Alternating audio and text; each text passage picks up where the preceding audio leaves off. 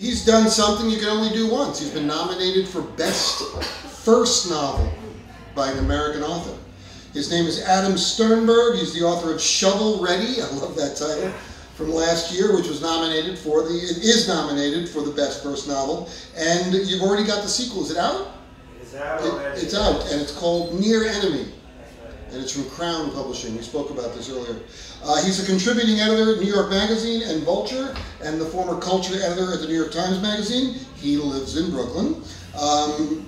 Talk to him.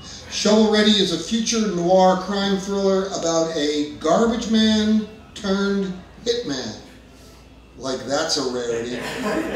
That's set in the near future dystopian New York City. Please welcome Adam Sternberg. Thank you. Thank everyone for coming tonight. Something I've always been obsessed with is New York City.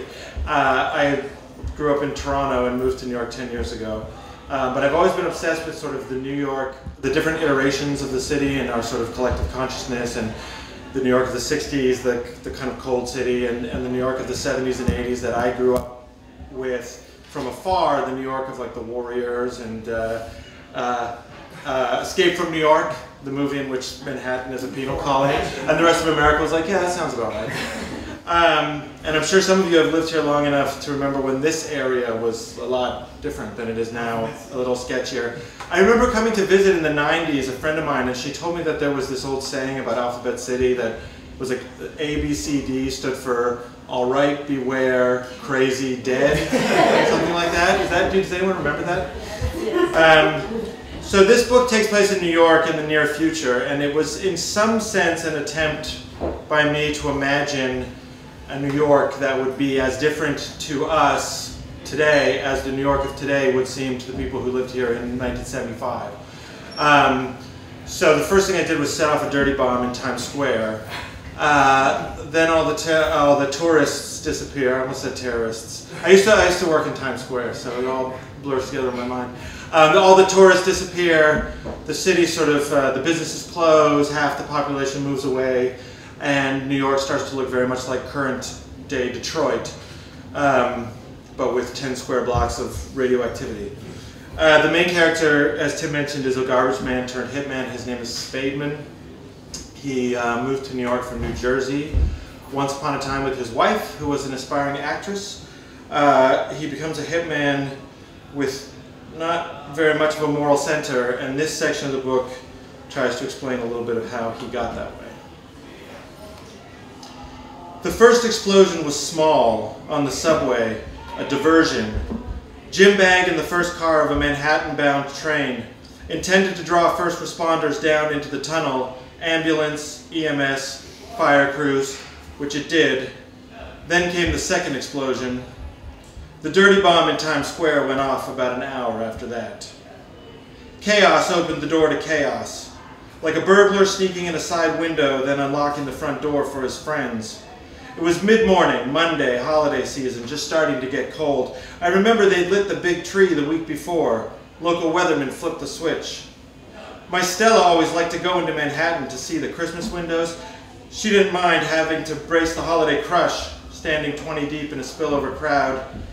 She had a taste for magic. Silver snowflakes and mechanical elves, shilling name-brand gifts, Santa's helpers doing the robot. That was always my joke. She used to talk about us renting a little flat in the village, nothing fancy, but on a pretty street with trees. The city had a pull on her that I didn't share, but she'd read all the romantic memoirs, the ones about a city rich with artists and poets and dreamers. In my more sour moods, I'd remind her we were about 100 years and $1 million too late. Irony is, pretty soon we could have had our pick. That morning she watched me empty a pint bottle into the toilet bowl and made me promise it was the last time, for the last time. She thought the drinking had something to do with the baby, or more to the point, the not baby, our inconceivable child. We're looking to trade one bottle for another, is how she put it. That was always her joke, when she was in the mood for joking. So I poured out the last bottle and swore never again on various graves. Truth was, I just wanted her to leave. I had an appointment to keep that morning. Besides, it was easy enough to kick the bottle. By that time, I discovered the beds. They drove it straight down from upstate, down the Henry Hudson, left at 42nd, right into Times Square, no stops. Made the whole trip on one tank of gas. Officials later said if they hadn't blown themselves up, they would have died in a few months anyway, just from handling the radioactive waste. Maybe if they'd had second thoughts, dithered while they withered away in a quiet farmhouse somewhere, the world's first long-term suicide bombers. But they didn't. They drove it straight into the heart of Manhattan, like a stake. A van stuffed with a bomb, stuffed with fertilizer, salted with waste, lifted from a radiotherapy clinic in foreclosure, enough to poison 20 city blocks. Crude stuff, but somehow fitting. A bomb made of shit and someone else's trash. Pulled to a stop outside a TGI Fridays, whispering a final fevered prayer. Back doors blew open and gave birth to a toxic cloud, shattered windows, splattered tourists, charnel carnage, almost biblical, a loosed plague. We fought that morning, like many mornings, like most. I was back from my sick leave, back at work, but not really and not often, and she was just starting to realize that Broadway was a lot more crowded than a high school stage in Jersey.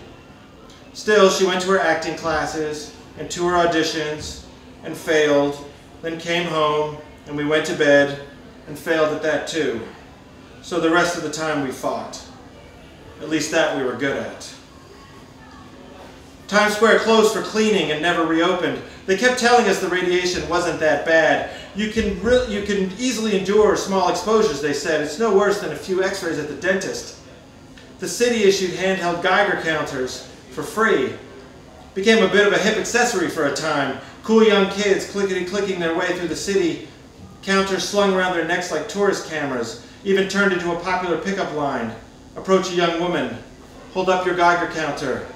Whoa, I think I found a hot spot. Crafty vendors pitched card tables on sidewalks around the city, swapped out I Love New York t-shirts for I Survived Times Square. Set out rows of little plastic glow-in-the-dark Empire State Buildings and Statues of Liberty, a tiny toxic skyline. Funny idea, sick but funny, but there were no tourists around to buy them, and no native New Yorker wanted an I Survived Times Square t-shirt when you couldn't really be sure yet that you had. The mayor preached calm.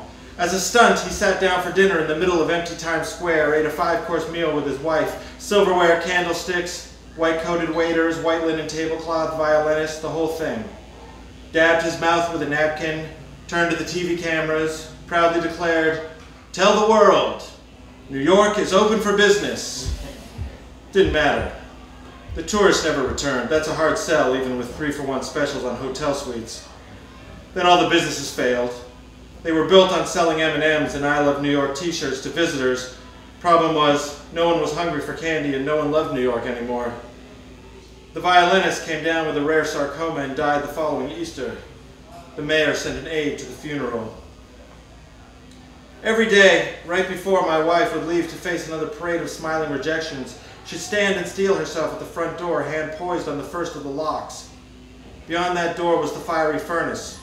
We had to trust together that each day we wouldn't be consumed, burned up, venture out on faith, like that old Sunday school story.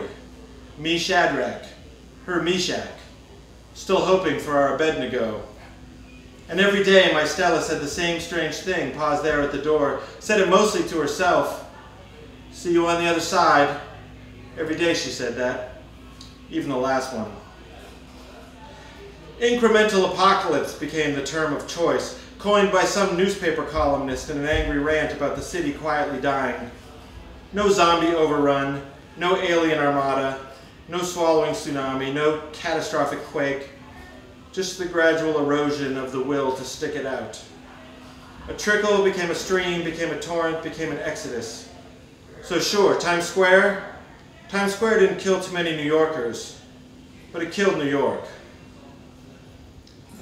My wife died in that first one, the one in the subway, the small one, the diversion, on her way to acting class. In the months after, I can only hope she was riding in the first car of the subway. I hope she was standing right next to the bomb. I hope she picked up that damn gym bag, unzipped it, poked her head in right before it detonated. I hoped it blew her to dust. I hope that she didn't lay wounded twisted in the darkness of that tunnel, waiting for sirens, waiting for help, hearing them carefully make their way down, advancing step by step through the wreckage, then die in the second explosion. Everyone who was left died in the second explosion. So I hope she died in the first one, the diversion. That's what passes for hope these days. Thank you.